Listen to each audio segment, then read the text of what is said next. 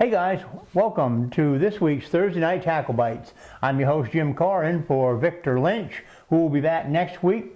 And what I want to do here is pick up where we left off a few weeks ago. We were talking about crappie fishing a few weeks ago, and the reason I want to do that is because there's an awful lot to cover as far as crappie fishing. I mean, we've got, jigs and plastic jigs, hair jigs, all kinds, squirrel-tailed jigs. We got all kinds of things, planer boards.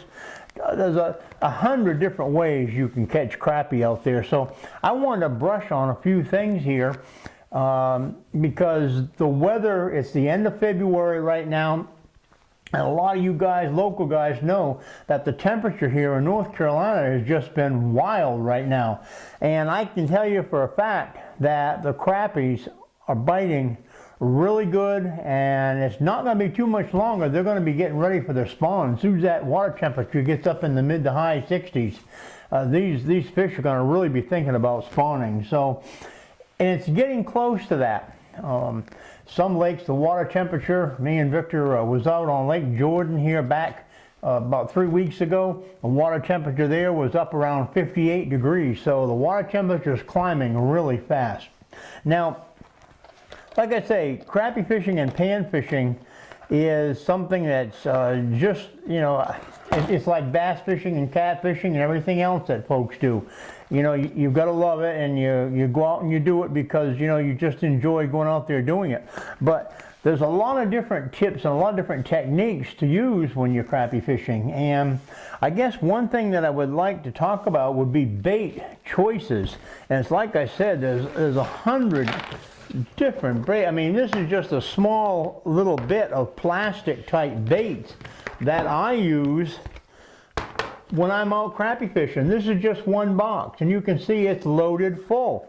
And you've got different assortments, and these are just little grubs is all they are. And we've got white ones, and you've got yellow ones. If I can get them out of here. You've got yellow ones right there, and you've got chartreuse in white. These are tube jigs. They work real good. And there's just a large variety of different things you can use for crappies, all the way from tube jigs and things like that, and different kind of plastic jigs to little spinners like that work good. And I'm not really talking basically about crappie either. I'm talking about white perch and yellow perch and things like that. So, and then we've got some of these jigs right here made by the Triad Bait Company. These are a real nice jig, and I hope you can see that. It's a squirrel-tailed jig, and this thing works really good for popping it along the bottom. It's got like that, I forget what Alan calls it, but I kind of call it a shovel head. And that head there is designed so it will bounce and ride off from rocks and sticks and things like that. So that's a real good one. Then we've got things like this beetle spin type jig head here, which you put your jig on like so, okay, and it's got a little willow blade on there just to help attract the fish to the bait. So there's there's sizes from 1/8 to 16th of an inch, all the way up, to 1/8 of an ounce. I think I said inch, but I meant ounce. So there's just such a big variety of different baits. Once you decide what you're going to use for baits when you go out crappie fishing, then you got to decide what you're going to use for technique. Now, when I'm crappie fishing, I'll use line anywhere from 4-pound test line, which is the bottom end, all the way to 8-pound test. I really don't go and vary off from that line diameter very much, just because 4-pound test is really good. Should you get into brush and things like that, then you're probably going to snap your jig or your bait off. So I like an 8-pound test or a 6-pound.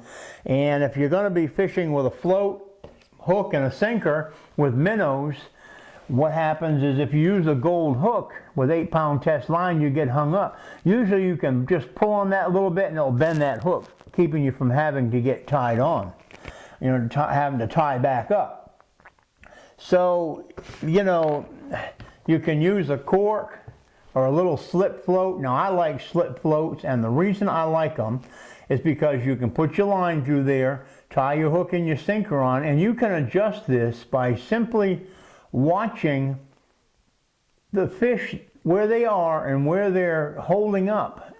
On the depth finder, you can adjust with this float, and you can put the bait right in front of the fish, which is very important.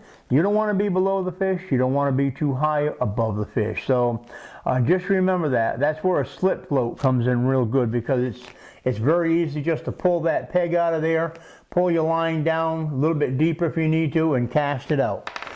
There's different varieties of that kind of a cork to use. I'm not going to go through them all because we'll be here all night. But the first thing I would like to do is when I get out is I like to use my depth finder, and I like to find out where the crappie are at. Now, if they're in brush or something like that, a lot of guys like Alan, he likes to brush fish. We like to troll for them. My number one thing I like to do is troll for crappies. This is the Trophy Ridge planer boards. This is the crappie board right here, and you hear us speak a lot about them because they're a really good planer board for striper fishing or crappie fishing, which happens to be this one right here. So, you know, once you find out how you're going to fish for the crappies, then you need to, figure out there's several ways. If you're going to fish from in a brush pile, I like to have some of these floats. You can buy these at your box store, and they just pull apart like that, and there's 3 or 4 of them in a package when you get them. They've got a weight on here with about 50 feet of line, and what happens is, what I like to do a lot of times, if I find that my crappies are in brush piles, I like to pull up close to that brush pile and throw one of these buoys out. And that way I know where my brush pile's at, I know where my fish are at, and I can use my trolling motor and just work around the outside perimeter of the brush pile and catch my fish. Now, if you're going to use planer boards, that's a whole totally different thing.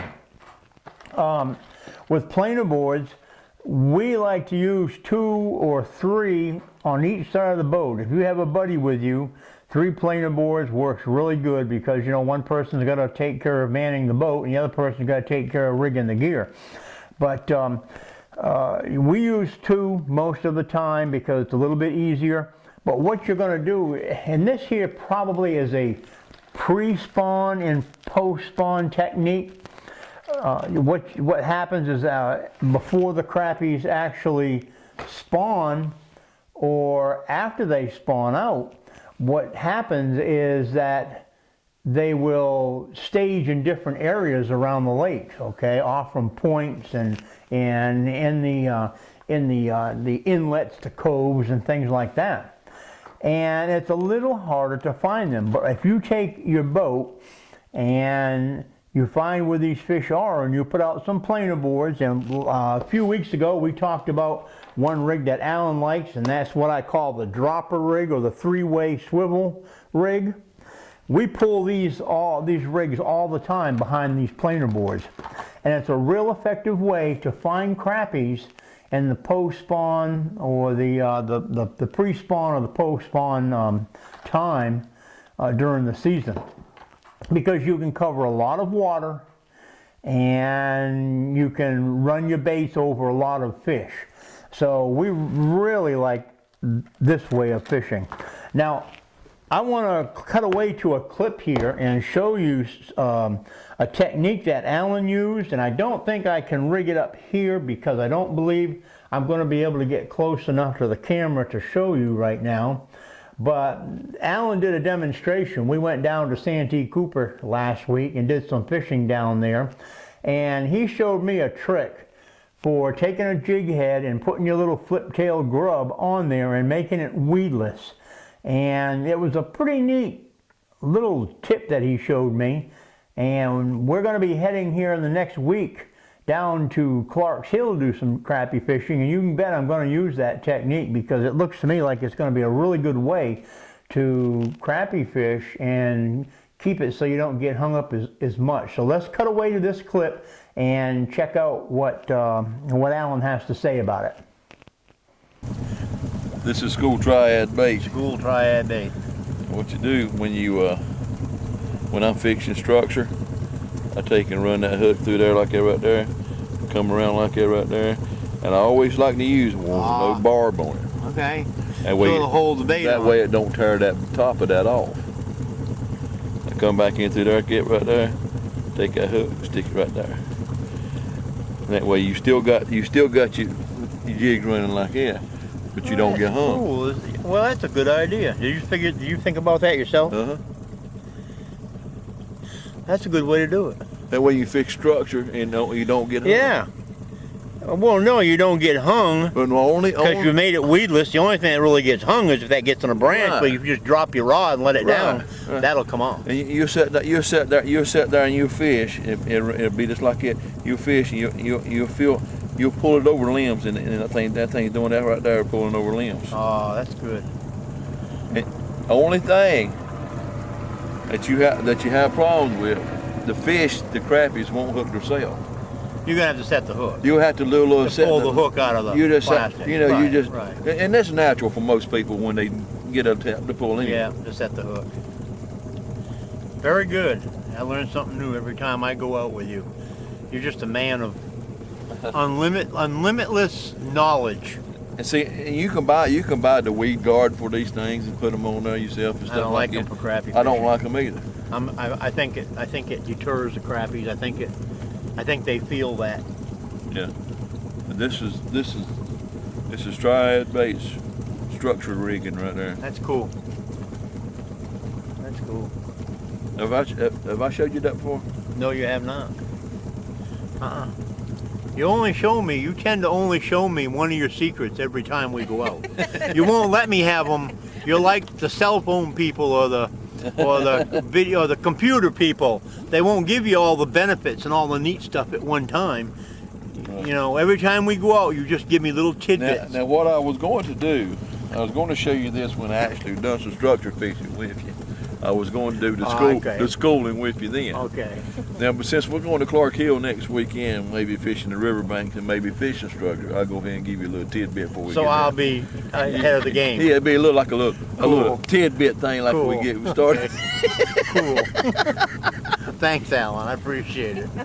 Now, well, like I said, you guys remember that, you crappie fishermen. That's a really good way to rig up your plastic baits out there. Now you can use one like that with the barb on it. I don't think the jig head, because the barb will help hold it. The barb will help hold it, but it tears such a big hole in that little head. Right. And it don't work good. Right. So use just a small one. So I use the barbless. Don't have no barb on it.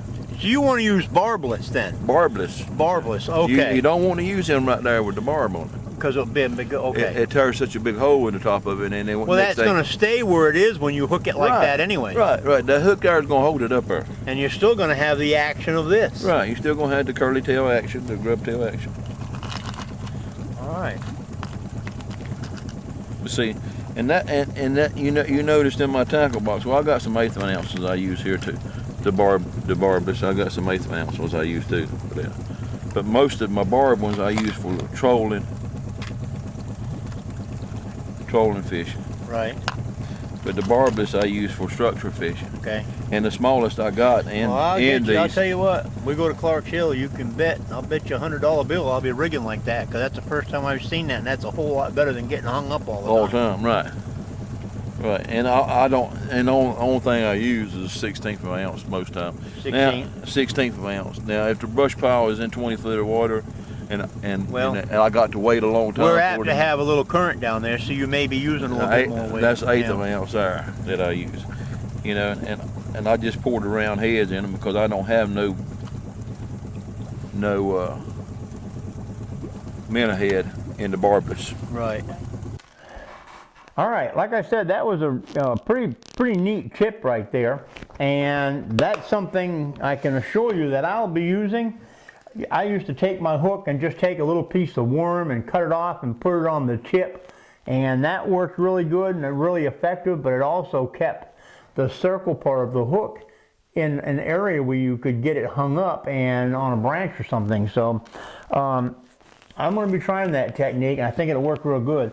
That's about all. We're going to go down and we're going to have some better things to bring to you in a couple of weeks, because like I said, Al and I are going down to Clark's Hill. We're going to do a bunch of pan fishing down there. We're going to do a bunch of trolling with the Trophy Ridge planer boards, and also we're going to do a whole lot of bank fishing and brush pile fishing. So we'll have a lot more video and a lot more coming on in the next few weeks. Different things we've learned, you know, and different things we can show you out in the boat on crappie fishing. So I'm going to go ahead and break it off for now, and we appreciate you tuning in. Like I said, Victor will be back next week, and we will catch you next time on Thursday Night Tackle Bites. Thanks for tuning in.